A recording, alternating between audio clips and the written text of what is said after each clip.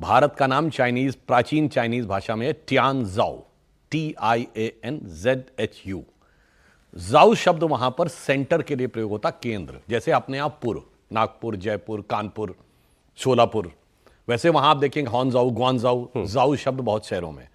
और टियान का मतलब जानते क्या होता है? स्वर्ग, हेवन।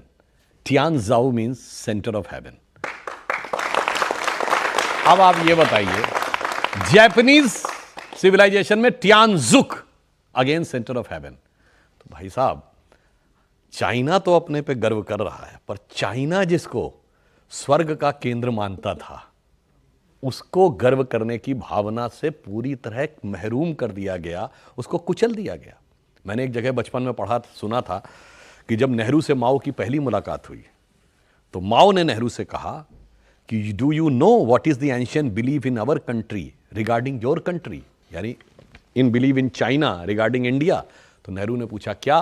तो माओ कहता है, in our ancient believe, if somebody wants to get out of the cycles of birth and rebirth, he has to be born in India. आप सोचिए ये देश क्या था, और इसके बावजूद उस देश का आत्मबोध नहीं। आज हमें यह पढ़ाया जाता है, एक बड़े भारी सलाहकार है ना कांग्रेस पार्टी के, युवराज के सलाहकार, जिन्होंने 2024 के लोकसभा चुनाव समय क्या कहा? अरे साहब, वो वेस्टर्न इंडिया वाले तो अरब से आए हैं, और ईस्टर्न वाले चाइनीज हैं, और नॉर्दर्न वाले यूरोपियन हैं, और सदर्न वाले अफ्रीकन हैं। भाई साहब, ये जोड़ तोड़ के कहीं का ईट कहीं का रोड़ा, भानुमति ने कुनबा जोड़ा। गंगाराम जी। अब मैं उनको बताना चाहता हूं, चाइना का तो मैंने बता दिया कि चाइनीज भारत के बारे में क्या कहते हैं, और अब आइए यूरोप वाले क्या कहते हैं। आर्थर शोपेनहावर कहता है कि Upanishadic philosophy is the product of highest human wisdom. अगर आपको मनुष्य की ज्ञान की पराकाष्ठा देखनी है तो भारतीय इतिहास, आकाश के तले आना पड़ेगा। विल डुरांट कहता है कि मनुष्य की सभ्यता की जितनी श्रेष्ठतम चीजें हैं, all have emerge from the shores of Ganges. वो गंगा की तरफ से लेके आए हैं। और अरब का कौन कहता है? इब्न असीर, इब्न कसरी, इब्न अल खल्दूम और अलबरूनी तहकीक हिंद में लिखता है, जब भी ये कहीं कहते हैं, when I look towards India I found a cool bridge of knowledge is coming.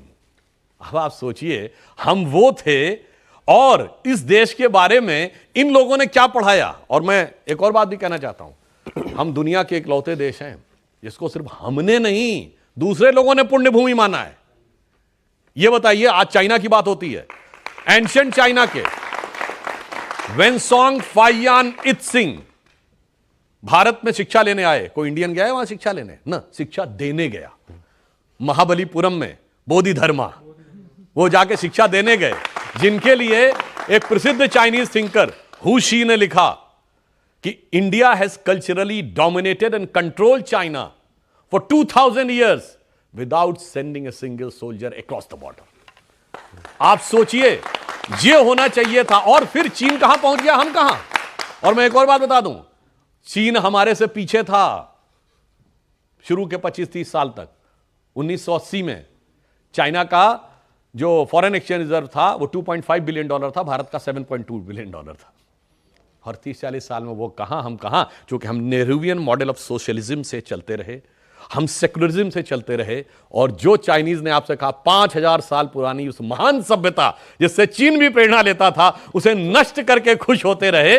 और इसलिए भारत की समृद्धि भी गई, संस्कृति भी कुंठित हुई, और गौरव भी कुंठित हुआ। अब ये सब मोदी जी के कालखंड में उभर कर सामने आ रहा है। तो कहते तो आपसे तो मांग होती है, आपका समर्थक वर्ग मांग करता है। अभी आपने दो शब्द जो इस्तेमाल किए, इमरजेंसी के दौर में जोड़ोगे हमारे संविधान में सेक्युलरिज्म और सोशलिज्म, हटा दीजिए। वैसे भी आपातकाल में लगाए गए थे। आपने बहुत सही बात कही है।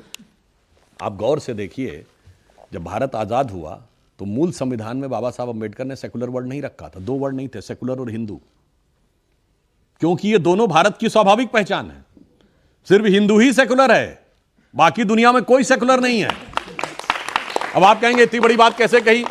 अब एक सीधा सा उदाहरण देता हूं। अभी कुंभ मेला हुआ पिछले वर्ष, 66 करोड़ लोग आए और 50 लाख विदेशी भी आए, और श्रद्धापूर्वक संगम नोस पे डिप के मतलब स्नान करके चले गए। वो तो हिंदू नहीं थे,